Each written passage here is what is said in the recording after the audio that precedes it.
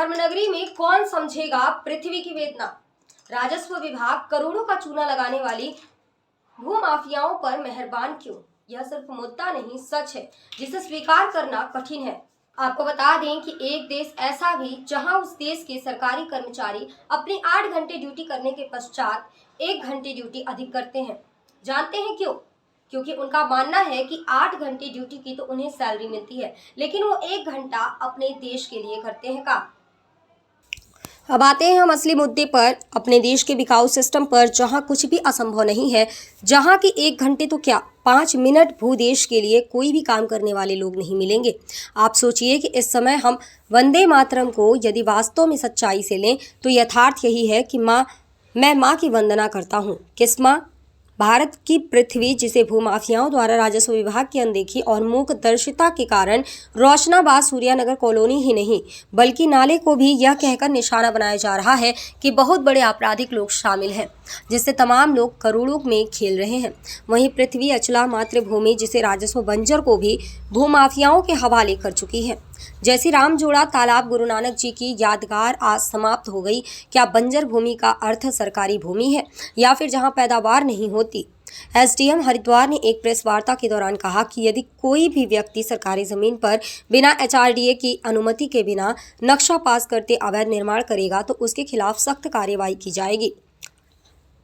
इस संबंध में माननीय सुप्रीम कोर्ट ने एक आदेश में उल्लेख किया है कि बंजर भूमि का मतलब सरकारी नहीं है, वह किसान की अनउपजाऊ जमीन है। लेकिन यह सवाल नहीं कि बल्कि जमीनी सच यह है कि हरिद्वार धर्मनगरी में भूमाफियाओं का वर्चस्व कायम है, जिसमें कि राजस्व विभाग पूरी तरह नर्वस देखा जा रहा है।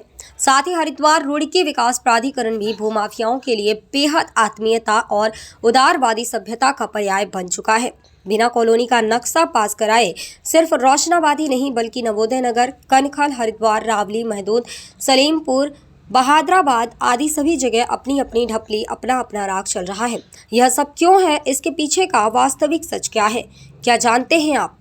नहीं की जा रही है किसी व्यक्ति के द्वारा, ये आपके द्वारा प्रकरण संज्ञान में लाया गया है, तो उसमें देखा जाएगा कि जो एक तो कॉलोनी डेवलप की जा रही है वो उनका निजी ज़मीन है या कहीं उसमें सरकारी ज़मीन इत्यादि तो नहीं है, इसको प्रॉपर्ली चेक करवाया जाएगा इमीडिएटली।